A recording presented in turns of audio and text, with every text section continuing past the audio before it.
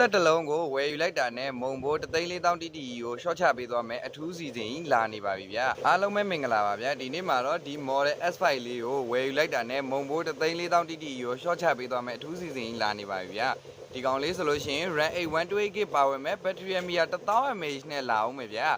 မျက်နှာပြင်ဆိုရင်လဲ10လက်မနဲ့စကရင်ကြီးလေးကိုမှကြိုက်တဲ့မိတ်ဆွေတို့အတွက်အရန်ကိုမှအဆင်ပြေတယ်စကရင်ကြီးလေးနဲ့ Mobile Legend လေးတွေ PUBG လေးတွေတခြားသော Zoom Meeting Zoom Class လေးတွေ English Speaking လေးတွေသင်အောင်မလားအရန်ကိုမှအဆင်ပြေတယ်အခုဆိုရင်ຫນွေရာသီကျောင်းပိတ်ရက်လေးလည်းနီးလာပြီဆိုတော့အိမ်မှာရှိတဲ့တမီမီလေးတွေအနေနဲ့ဒီ online ကနေပြီးတော့ English Speaking လေးတွေပဲလေ့လာအောင်မလားတခြားသော online class လေးတွေပဲကြိုတင်ပြီးတက်ထားအောင်မလားအရန်ကိုမှအဆင်ပြေတယ်